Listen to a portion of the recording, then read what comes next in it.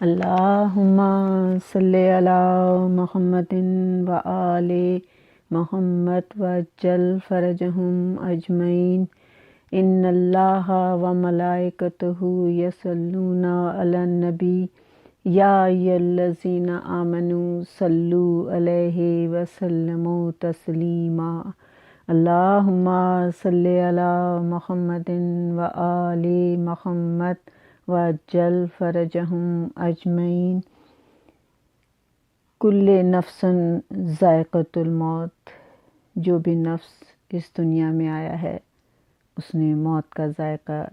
چکھنا ہے۔ اب ہم یہ کہتے ہیں کہ نفس کا ذکر کیا ہے، جبکہ ہمارا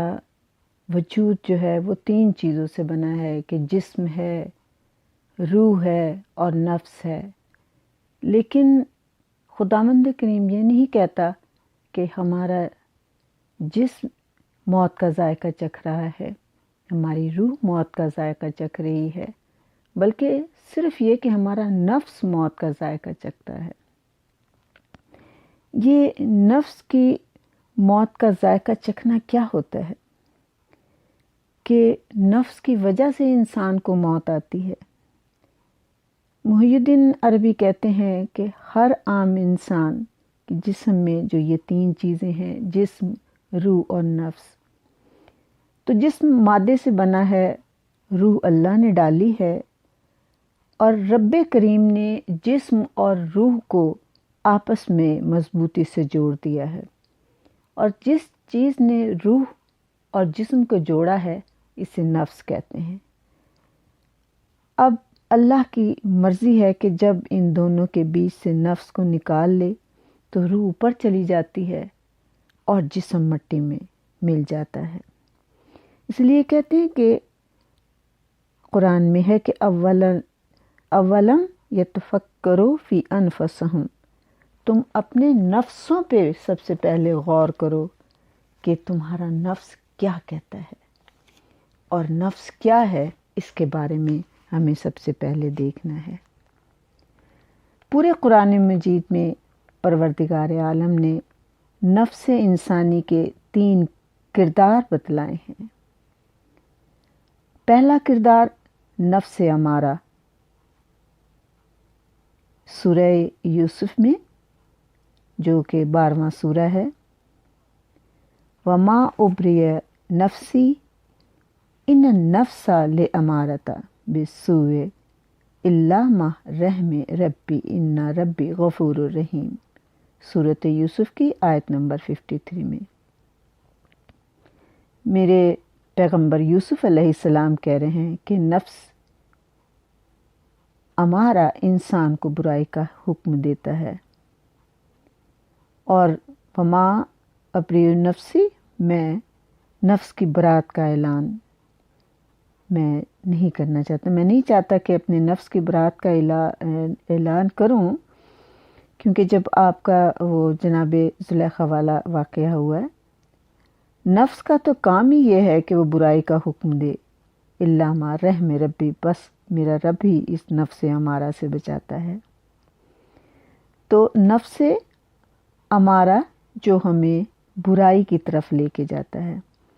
اور اب دوسرا نفس ہے نفس لوامہ۔ تو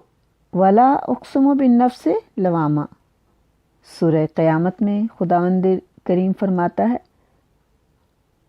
کہ میں قسم کھاتا ہوں ملامت کرنے والے نفس کی،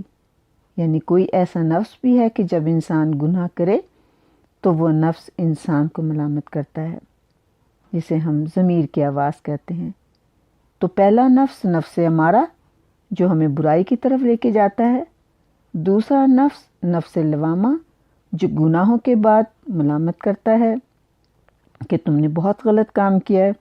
جسے ہم ضمیر کی آواز بھی کہتے ہیں، اور تیسرا نفس یا ایھا النفس المطمئنہ، اے نفس مطمئنہ، سورہ فجر میں ارجعی الی ربک راضیۃ مرضیہ، سورہ فجر کی آیت نمبر 27 اور 28، اے نفس مطمئنہ واپس آ جا اپنے اللہ کے پاس۔ اس کیفیت میں واپس آ کہ اللہ تجھ سے راضی ہو اور تو اللہ سے راضی ہو، راضی تم مرضیہ۔ نفس امارہ ہمیں برائی کی طرف لے کے جاتا ہے، نفس لوامہ برائی پہ ہمیں روکتا ہے، منع کرتا ہے، اور نفس مطمئنہ یہ کہ یہ وہ مطمئن لوگ ہوتے ہیں کہ ہم یہ کہہ سکتے ہیں کہ نفس امارہ میں جو روکنے والا ہے، اس میں سارے نبی شریک نفس لوامہ آپ کے پاس بھی ہے، سب کے پاس ہے۔ ملامت کرنے والا نفس ضمیر کی آواز ہے۔ یہ مطمئن لوگ جن کے پاس نفس مطمئنہ ہے، تو ہمیں یہ پتہ چلا کہ ہمارے پاس یعنی کہ جو نفس امارہ، نفس لوامہ، یہ ہمیں برائی کے راستے کی طرف لے کے جاتے ہیں اور ایک ہمیں روکتا ہے۔ جناب رسول خدا صلی اللہ علیہ وآلہ وسلم ایک جنگ سے واپس آ رہے تھے، لشکر اسلام ساتھ تھا اور سب لوگ بڑے خوش تھے کہ اب ہم واپس اپنے گھر جا رہے ہیں، بچوں سے ملیں گے، ماں باپ سے ملیں گے جو ہمارے لیے پریشان تھے، اور سب ایک دوسرے سے باتیں کرتے ہوئے بڑے خوش چلے آ رہے تھے، یہ سوچتے ہوئے بھی، باتیں کرتے ہوئے بھی کہ بس اب ہمارا استقبال کرنے کے لیے گھر والے مدینے کے دروازے کے پاس کھڑے ہوں گے۔ سب لوگ خوش تھے اور مدینے کے نزدیک پہنچنے والے تھے کہ رسول خدا صلی اللہ علیہ وآلہ وسلم نے اپنے گھوڑے کا رخ واپس موڑا لشکر کی طرف، یعنی آپ سب سے آگے تھے، آپ نے رخ موڑا، لشکر کی طرف دیکھا اور اپنے ہاتھ سے اشارہ رکنے کا کیا۔ جب سارے لشکر بڑا حیران ہوا کہ رسول اس وقت کیوں روک رہے ہیں، کہ جبکہ ہم اب بالکل پہنچنے والے ہیں، ہمارا مقام آ گیا ہے، گھر ہمارے نزدیک سامنے، اب رسول کہہ رہے ہیں کہ نہیں رک جاؤ۔ رک گئے قافلے والے، سارے لشکر رک گیا اور دیکھنے لگے کہ رسول اللہ آپ کیا حکم دیتے ہیں۔ آپ نے کہا کہ رجنا من جہاد الاصغر، سنو یہ تم جو جہاد کر کے آئے ہو، یہ تم نے جہاد اصغر کیا ہے اور ابھی تمہیں ایک جہاد اکبر کرنا ہے، اللہ جہاد الاکبر، اور اب یہ جو جہاد تم کرو گے یہ جہاد اکبر ہوگا، ابھی جو تم نے کیا ہے یہ جہاد اصغر تھا۔ وہ بڑے حیران ہوئے کہ ابھی تو ہم لڑکے آ رہے ہیں اور رسول اللہ صلی اللہ علیہ وآلہ وسلم کہہ رہے ہیں کہ اب ہمیں یہ تو جہاد ہی کچھ نہیں، تو یہ تو جہاد اصغر تھا، ہمیں جہاد اکبر کرنا۔ تو ان کے تو چہروں پہ ہوائیاں دوڑ گئیں کہ اتنی منزل کے قریب ہیں، ہمیں تو بچوں سے ملنا بھی نصیب نہیں ہوگا، اور جو مال غنیمت ملا تھا ہمیں یہ تھا کہ ہم اپنی بیویوں کو جا کر دکھائیں گے اور خوش ہوں گے، تو اب تو ہمیں پھر دوبارہ جہاد کے لیے یہیں سے واپس مڑنا پڑے گا۔ ان کے چہروں کی پریشانی رسول اللہ صلی اللہ علیہ وآلہ وسلم نے دیکھی اور آپ مسکرانے لگے اور آپ نے کہا کہ جہاد اکبر کرنے میں تمہیں پریشانی کیا ہے؟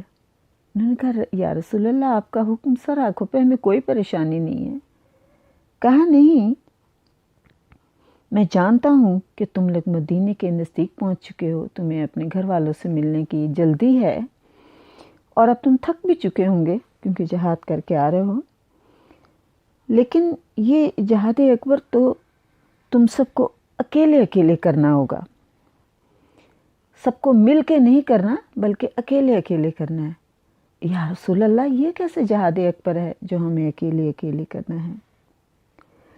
آپ نے فرمایا کہ یہ جہاد اکبر ہے اور یہ تمہیں سب کو اکیلے کرنا ہے۔ اور لوگ پریشان ہوئے کہ یہ کس قسم کا جہاد ہے جو رسول اللہ صلی اللہ علیہ وآلہ وسلم بتا رہے ہیں۔ آپ نے کہا پریشان ہونے کی ضرورت نہیں، یہ جہاد بالنفس ہے، ہر انسان اپنے اپنے نفس کے ساتھ جہاد کرتا ہے اور یہ جہاد اکبر کہلاتا ہے۔ جو تم جہاد کر کے آئے ہو وہ جہاد اصغر ہے، اور اپنے نفس کے ساتھ جو جہاد کرنا ہے، جہاد بالنفس جو ہے وہ جہاد اکبر ہے۔ کیونکہ یہ تزکیہ نفس کرنا ہوتا ہے، اور تزکیہ نفس کا مطلب ہے عقل کو راہ دکھا کر، یعنی کہ کسی گمراہ کو اس کو سیدھے رستے پر لے کے آنا۔ اور کیونکہ انسان کے اندر یہ جو نفس امارہ ہے، بہت سے لوگ یہ کہتے ہیں کہ ہمیں یاد نہیں رہتا، ہم بیچ میں مکس کر دیتے ہیں دونوں چیزیں، یعنی نفس لوامہ اور نفس امارہ۔ امارہ سے آپ یاد رکھیں جو مار دے، یعنی جو مار دے وہ نفس امارہ ہے، وہ انسان کو مار ہی دیتا ہے۔ جس طرح سے آپ یہ دیکھتے ہیں کہ جناب آدم کے دونوں بیٹے حابیل اور قابیل،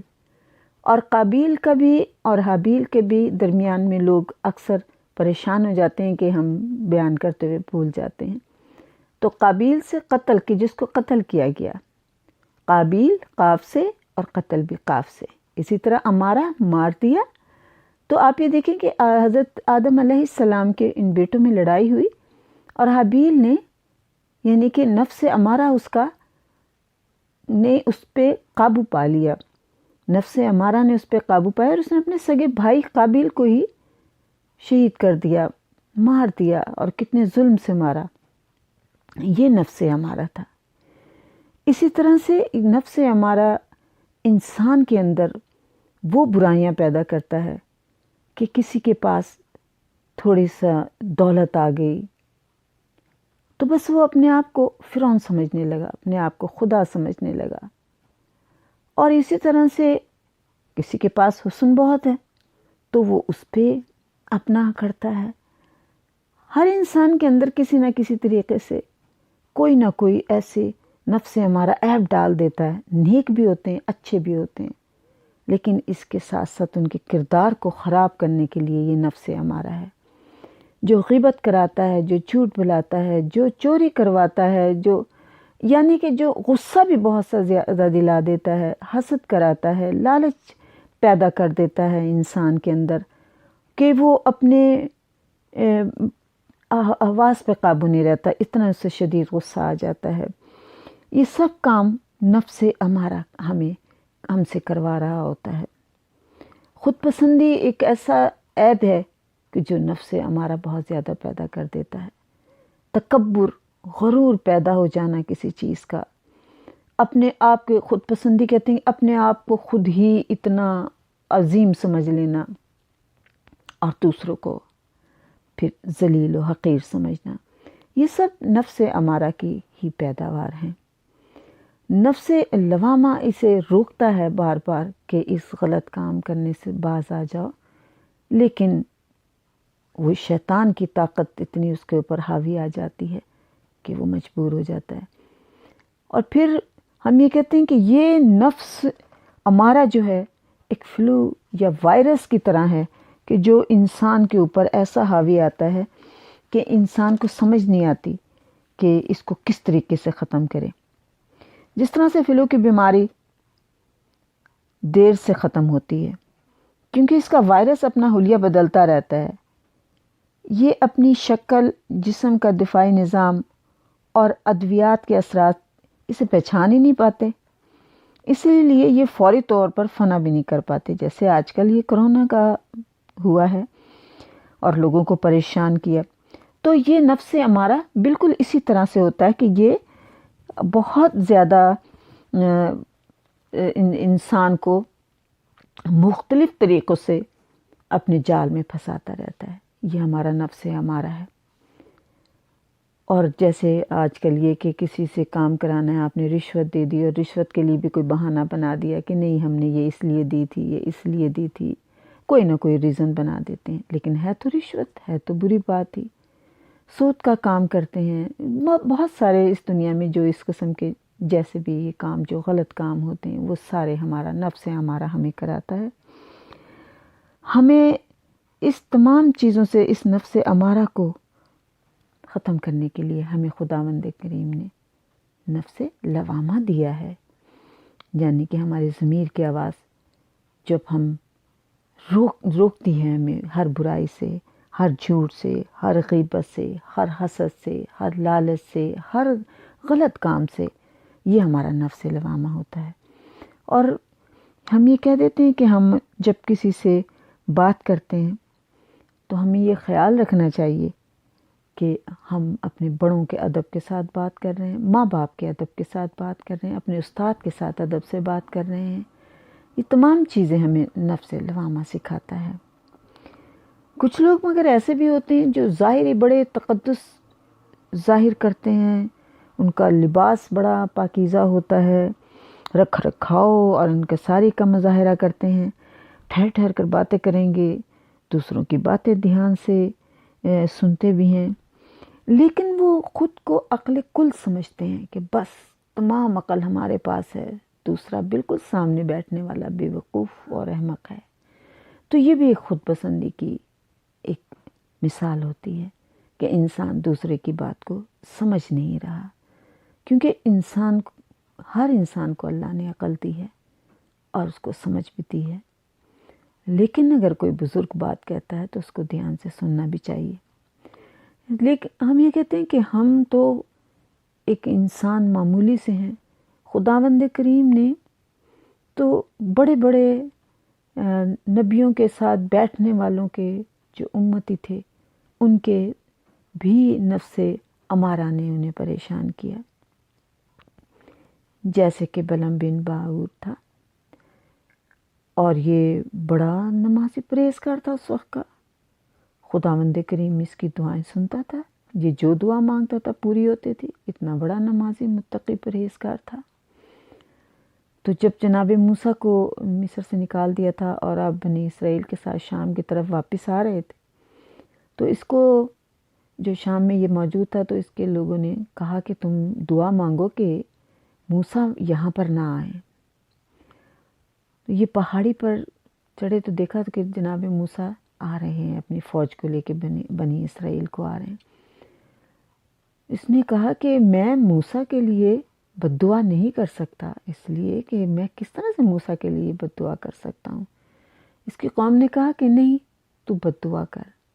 اس نے کہا اچھا میں استخارہ کرتا ہوں، کیونکہ میں استخارہ کر کے کوئی نہ کوئی کام شروع کرتا ہوں۔ تو اس نے استخارہ کیا، استخارہ منع آ گیا۔ اس نے کہا کہ نہیں، یعنی آپ دیکھیں کہ نفس لوامہ اس کو بار بار روک رہا ہے کہ نہیں تم یہ کام نہیں کرو، اور وہ مان گیا کہ میں نہیں کروں گا۔ دوسرے دن اس کے قوم نے خوب سارے تحفے، ہدیے، قیمتی جواہرات وغیرہ لے کے، یعنی دولت کافی لے کر اس کے پاس آ گیا اور کہا کہ ہم یہ سب چیزیں تمہیں دیں گے اور تم دعا کرو کہ یہ موسیٰ کے لیے بد دعا کرو۔ اس نے جب یہ تمام چیزیں دیکھیں تو اس نے کہا اچھا میں موسیٰ کے لیے بد دعا کرتا ہوں۔ یہ اپنے گدھے پہ بیٹھا اور روانہ ہوا۔ جب گدھے پہ بیٹھا تو گدھا واپس ہونے لگا اور وہ آگے قدم ہی نہیں بڑھاتا تھا، یہ بار بار مار کے گدھے کو لے کے جاتا تھا، وہ واپس لوٹ کے آتا تھا۔ تو پھر اس نے پوچھا کہ میں کیا کروں، اپنی قوم سے کہا کہ میرا گدھا ہی نہیں چلتا۔ اس نے کہا نہیں، تجھے بد دعا تو دینی ہے۔ یہ پھر آگے بڑھا تو اس گدھے کو خدا نے قوت گویائی دی اور اس نے کہا کہ تو ایک نبی کے مخالفت میں جا رہا ہے، اس کے لیے بد دعا کرنے جا رہا ہے، اور تو دیکھ مجھے سامنے فرشتے نظر آ رہے ہیں، تو میں کس طرح سے آگے جاؤں۔ اس نے اس گدھے کو اتنا مارا اور پھر بد دعا دینے کے لیے چلا گیا۔ لیکن جب بد دعا دینے لگا اور اس کی قوم اس کے ساتھ طرف گھیر کے اس کو چاروں طرف سے کھڑی تھی، تو جب بد دعا مانگتا تھا جناب موسیٰ کے لیے تو لفظ نکلتے تھے اپنی قوم کے لیے کہ یا اللہ میرے قوم کو برباد کر دے۔ قوم نے ایک دفعہ کہا کہ ہم تجھے کہہ رہے ہیں کہ تو موسیٰ کے لیے بد دعا کر، تو ہمارے لیے کر رہا ہے۔ اس نے کہا کہ دیکھو میں کیا کروں، میں خود نہیں کر رہا، یہ خود بخود میری زبان سے یہ لفظ نکلنے ہیں۔ اور اس نے جب یہ الفاظ دوبارہ سے کہے تو اس کی زبان اس کے سینے تک لٹک گئی، اور پھر اس نے بس یہ کی بات کی۔ اس نے کہا دیکھو تمہیں میں ایک بات بتاتا ہوں کہ تم یہ کام کر لو تو موسیٰ کے خود ہی جو بنی اسرائیل ہیں برباد ہو جائیں گے۔ اس نے کہا تم لڑکیوں کو تیار کر کے خوبصورت کر کے ان کی فوج میں بھیجو، اور وہ کوئی بھی ان کے ساتھ غلط کام کر لے گا تو اس کے بعد سے ان پہ بیماری آ جائے گی۔ اور ایسے ہی ہوا کہ انہوں نے لڑکیاں بھیجیں اور وہ غلط کام کسی کے ساتھ ہوا تو وہ پورے ان پہ طاعون کی بیماری آ گئی۔ تو وہ بلعم بن باعور جو تھا وہ ایک صحابی بھی تھا جناب موسیٰ، یہ کہتے ہیں کہ بھی آپ صحابی بھی ہے، امتی بھی تھا، اور اتنا نمازی بھی تھا، اتنا پرہیزگار بھی تھا، اتنا متقی بھی تھا، لیکن ایک تھوڑی سی دولت کے لالچ نے اس کو، نفس امارہ نے اس کی تمام خوبیوں کو ختم کر دیا اور وہ ذلت کی موت ہی مرا۔ تو اس لیے ہم یہ کہتے ہیں کہ ہمیں اپنے نفس امارہ کے اوپر کنٹرول کرنا چاہیے، کوشش کرنی چاہیے کہ ہم اس سے بچ کے رہیں، اور ہمیں اپنی نماز قرآن کی پابندی کرنی چاہیے۔ ایک چھوٹی سی بات میں یہ کہتی چلی جاؤں گی اس اپنی تقریر میں، کہ آپ دیکھیں جب آپ وضو کرتے ہیں تو کہتے تو یہ ہیں کہ وضو کے ہر پانی کے قطرے سے ایک فرشتہ پیدا ہوتا ہے، لیکن ایک چھوٹا سا عمل اگر آپ کریں گے تو آپ کی وضو ضرور انشاءاللہ کبھی بھی ایسا نہیں کہ قبول نہ کرے۔ خداوند کریم ہماری وضو کرنے کے ساتھ ہی ہماری عبادت کو قبول کرنا شروع کر دیتا ہے۔ اگر آپ لوگ وضو کرنے کے بعد ایک دفعہ صرف، یا تو تین دفعہ مشکل ہے تو ایک دفعہ آیت الکرسی ضرور پڑھ لیا کریں، اس سے نماز کے لیے ہماری مقبولیت پیدا ہو جائے گی، اور خداوند کریم ہماری دعاؤں کو ضرور مستجاب کرے گا جب ہم ان وضو والے ہاتھوں سے اپنے ہاتھ بلند کریں گے۔ اسی طرح یہ کہتے ہیں کہ روز محشر یا قبر میں جب ہم جائیں گے تو وہاں پر ملائکہ آئیں گے، اور روز محشر دونوں جگہ کے لیے ہے کہ میرے رسول صلی اللہ علیہ وآلہ وسلم نے بھی فرمایا ہے کہ میں شفاعت کروں گا اس مومن کی، اس ہر انسان کی جو میرا ہوگا، میرا امتی ہوگا۔ تو آپ نے لوگوں نے پوچھا یا رسول اللہ سب ہی؟ تو آپ نے کچھ لوگوں کے بارے میں بتایا کہ نہیں، یہ 10 قسم کے لوگ ہیں جن کے میں شفاعت نہیں کروں گا، چاہے وہ میرے امتی ہوں گے۔ تو لوگوں نے کہا اور شفاعت کن کی کریں گے؟ تو آپ نے پھر یہ کہا تھا کہ جن کے اعضائے وضو سے نور نکل رہا ہوگا میں ان کی شفاعت لازمی کروں گا، اور اگر انہوں نے کوئی گناہ بھی کیا ہوگا تو میں خداوند کریم سے ان کے لیے شفاعت کی دعا کروں گا۔ تو ہمیں کوشش یہ کرنی چاہیے کہ ہم باوضو رہیں، کوشش یہ کرنی چاہیے کہ وقت پہ نماز پڑھیں، کوشش یہ کرنی چاہیے کہ اول وقت نماز پڑھیں تاکہ ہماری نماز قبول ہو، ہمارے گناہ معاف ہوں۔ اور ہم یہ کہتے ہیں کہ جب یہ سوال ایک پیدا ہوتا ہے کہ کل نفس ذائقۃ الموت، موت کا ذائقہ کیسا ہے، اس ذائقے کی تفصیل جیسے کسی نے بھی آج تک نہیں بتائی، میں نے کسی جگہ نہیں دیکھا کہ کسی نے ذائقہ کیسا ہوتا ہے، موت کا ذائقہ کیسا ہوتا ہے۔ صرف میں نے اگر دیکھا ہے تو بی بی فاطمہ کے پوتے کو، علی کے پوتے کو، اور جناب امام حسن کے لاڈلے جناب قاسم علیہ السلام کو دیکھا کہ شب عاشور جب میرے مولا حسین خیمے میں بیٹھے ہیں تو اس وقت آپ خداوند کریم کی یاد میں مصروف ہیں کہ جناب قاسم دبے قدموں سے چلتے ہوئے خیمے میں داخل ہوئے، میرے مولا حسین نماز میں ہیں اور خداوند کریم سے آنے والے دن کے لیے دعائیں کر رہے ہیں۔ جب آپ نے ہلکے ہلکے قدموں کی آواز سنی تو آپ نے سر بلند کر کے دیکھا تو جناب قاسم آ رہے تھے، چاند کے چہرے والا قاسم، یتیم قاسم۔ آپ نے جناب قاسم کو دیکھا،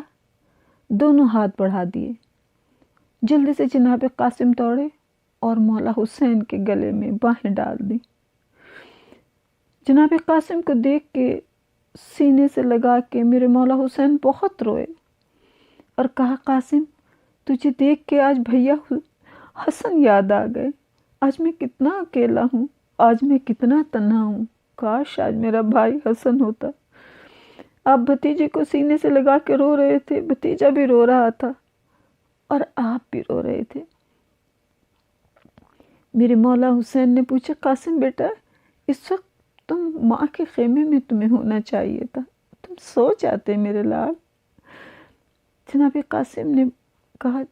چچا مجھے اماں نے بھیجا ہے آپ کے پاس کہ آپ بس اتنا بتا دیجئے کہ کل محضر نامے میں میرا نام بھی ہے یا نہیں ہے۔ میرے مولا نے جناب قاسم کا اپنے ہاتھوں سے چہرہ بلند کیا اور چہرہ بلند کر کے جناب قاسم کو دیکھا، ماتھے کا بوسہ لیا، گالوں کے بوسے لیے۔ میرے مولا حسین کی آنکھوں سے آنسو بہہ رہے تھے اور ایک دم دیکھ کے کہا، قاسم، محضر نامے میں تو اصغر کا نام بھی ہے۔ جناب قاسم نے جب یہ سنا تو علی کے پوتے کو جلال آ گیا اور کہنے لگے، چچا کیا فوجیں ہمارے خیمے میں آ جائیں گی؟ کیونکہ علی اصغر تو بہت چھوٹے ہیں، وہ تو جھولے میں ہے۔ جناب مولا حسین نے جناب قاسم کا ہاتھ پکڑا، ساتھ بٹھایا، پیار کیا اور کہا، نہیں میرے لال، فوجی خیمے میں نہیں آئیں گی، لیکن اچھا تم مجھے یہ بتاؤ کہ تم موت کو کیا سمجھتے ہو؟ تو میرے مولا قاسم نے چچا کے چہرے کی طرف دیکھا اور اپنے شانے بلند کر کے گھٹنوں کے بل بیٹھتے ہوئے کہا، چچا موت تو شہد سے زیادہ میٹھی ہے۔ میرے مولا حسین نے قاسم کے سینے سے لگا کے پیشانی کو بوسہ دیتے ہوئے کہا، قاسم میں فخر کرتا ہوں کہ میرے فوج کے سپاہی تیرے جیسے ہیں جو موت کو شہد کہتے ہیں۔ وہ قاسم جسے ماں اپنے ہاتھوں سے کھانا کھلاتی تھی، وہ قاسم جو شہزادہ اتنا نازک بدن تھا کہ اگر قلم ہاتھ میں پکڑتا تھا، خط لکھنے کو کہتے تھے تو ہاتھوں میں چھالے پڑ جاتے تھے۔ ماں انتہائی نرم لباس پہناتی تھی کہ سخت لباس سے میرے قاسم کے جسم پہ چھالے پڑ جاتے ہیں۔ وہ قاسم کی ماں نے کہا، مولا روز عاشور میرے بیٹے کو اجازت دیں۔ اجازت ملی، جناب قاسم کو تیار کیا اور آپ سوار ہو کے جنگ لڑنے کے لیے گئے۔ اور جب جنگ لڑی تو میں یہ کہتی ہوں کہ جناب قاسم وہ شہزادہ تھا کہ جب آپ یزید کی فوج میں داخل ہوئے ہیں لڑنے کے لیے تو یزیدی کہہ رہے تھے، اتنا حسین لال، ایسا لگتا ہے جیسے چاند کا ٹکڑا آ گیا ہے، کتنا خوبصورت ہے یہ بچہ۔ تو ظالم بھی آپ کے حسن کی تعریف کر رہے تھے۔ اور میرے مولا قاسم جنگ لڑتے ہوئے جب گھوڑے سے زمین پہ گرے ہیں، سب سپاہی چاروں طرف سے یزیدی فوج کے گھوڑے دوڑ رہے تھے۔ گرتے گرتے میرے مولا قاسم اتنے ماں سے مانوس تھے کہ جو کوئی بھی گھوڑے سے زمین پہ گرتا تھا، کوئی غازی عباس کو آواز دیتا تھا، کوئی چچا حسین کہتا تھا، میرے مولا قاسم نے آواز دے کے یہی کہا، اماں میں گھوڑے سے گر گیا ہوں۔ اور جب گھوڑے میرے مولا قاسم کے اوپر سے گزرتے تھے تو آواز دے کے کہتے تھے، اماں گھوڑے کے سم میرے سینے پہ ہے، اماں گھوڑے کے سم میرے چہرے پہ ہے، اماں میری مدد کو آ جا۔ اور چاروں طرف سے گھوڑے دوڑتے رہے اور قاسم کی لاش پامال ہوتی رہی۔ میرے مولا امام زمانہ کہتے ہیں، میرا سلام ہو اس نازک بدن قاسم پر کہ جس کی لاش گھوڑوں کی ٹاپوں سے پامال ہوئی اور جس کی دائیں طرف کی پسلیاں بائیں طرف ہو گئی تھی۔ الا لعنت اللہ علی القوم الظالمین۔ بار الہی ذکر کے صدقے سے میرے مولا جو اس دنیا سے چلے گئے ہیں، ان کے گناہ کبیرہ و صغیرہ کو معاف کر دینا۔ اے میرے مولا، اس ذکر کے صدقے سے جو بے اولاد ہیں ان کو اولاد عطا کر۔ اے میرے مولا، اس ذکر کے صدقے سے جن کے گھروں میں رزق کی کمی ہے انہیں رزق عطا کر، جو بے روزگار ہیں انہیں روزگار عطا کر۔ اے میرے مولا، جناب قاسم کے صدقے میں جو بیمار ہیں ان بیماروں کو صحت کلی عطا کر۔ اے میرے مولا، اس ذکر کے صدقے میں جن کی جو جو جائز حاجات ہیں پوری کر دینا۔ جو مائیں اپنے بچوں کی شادیوں کے لیے پریشان ہیں انہیں نیک پر اور نیک گھر دینا۔ اے میرے مولا، تو سب کی دعاؤں کو سننے والا ہے۔ ان کی جو حاجات ہوں انہیں پورا کر دینا۔ اے میرے مولا، اس ذکر کے صدقے ہمارے گناہ کبیرہ و صغیرہ کو معاف کر دینا،